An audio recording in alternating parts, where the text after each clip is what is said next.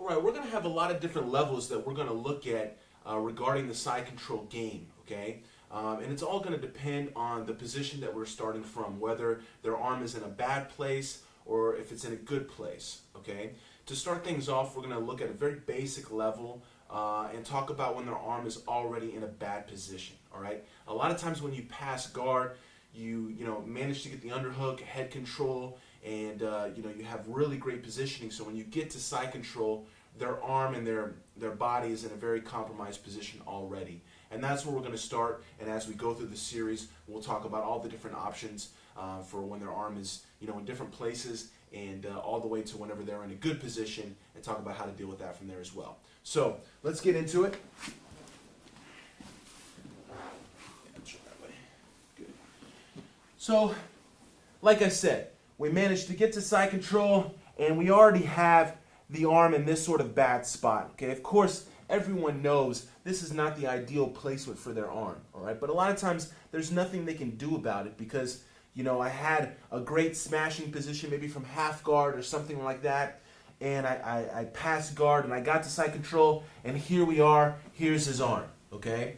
So, let's just talk about a little bit of body positioning and control before we look at our offense, okay? Some basic things with how I want to apply my pressure and my control here, okay? I'm going to let you see my lower body. I'm going to do kind of a blend of positioning here, not so much all the way twisted, where I'm looking at his head, and not so much square where I'm on my knees, okay? I want to have kind of a blend of these two positions, all right?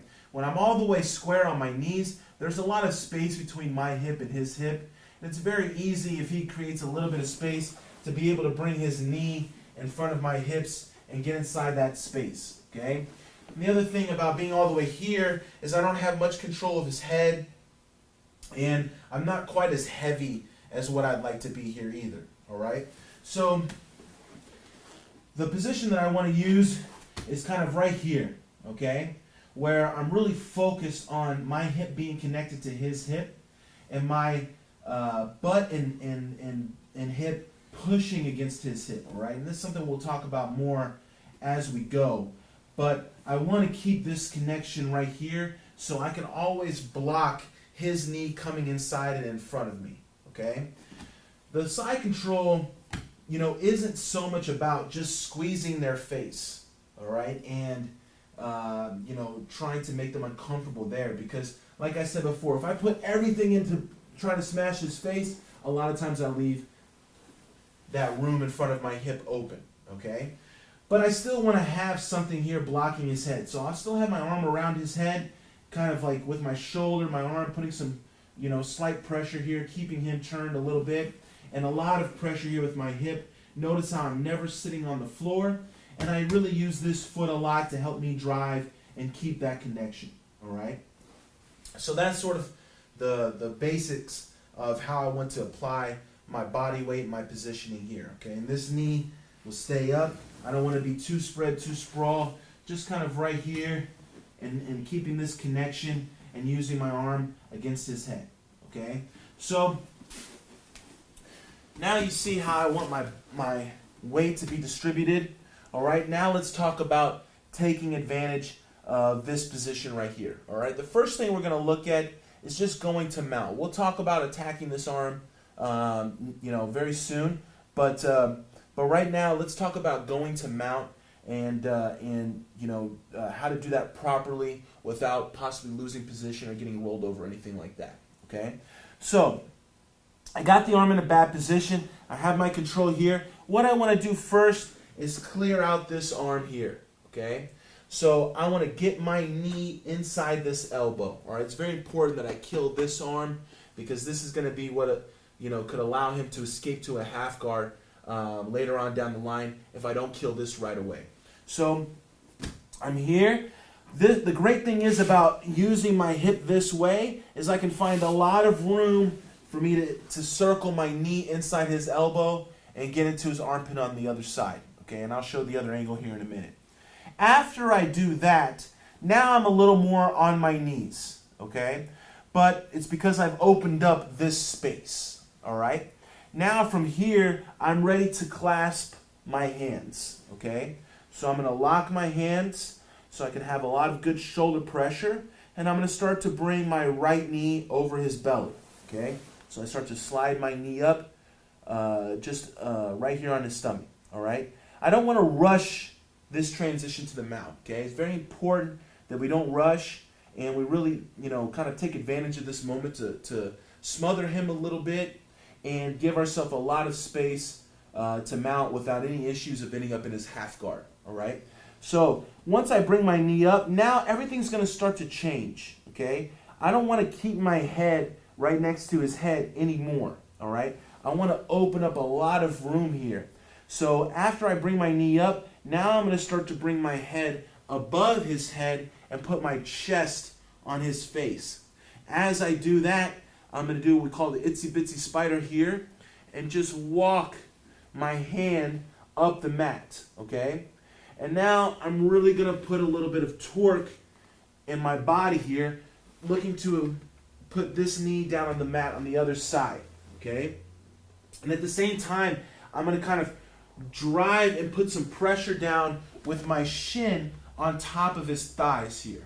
All right, my shin and my knees are kind of pushing down against his legs. So I'm really opening up the space between his arms and his legs. So everything kind of shifts forward. I have this pressure with my legs. I walk this arm all the way up. Normally I'll get to where my hands are kind of like above his head here. So it's hard for him to bring his elbow down. Okay, I have a good lock and secure control here.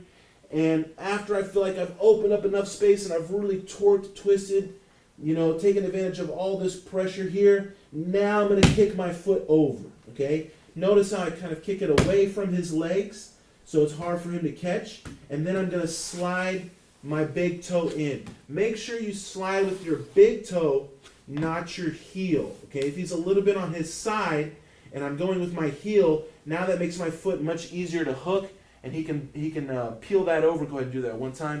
Peel it over inside into the half guard. Okay, as long as I go with my big toe, you'll usually run into their thigh or their knee, and now if he tries to hook my leg, it's in a much harder way for him to hook and peel it over.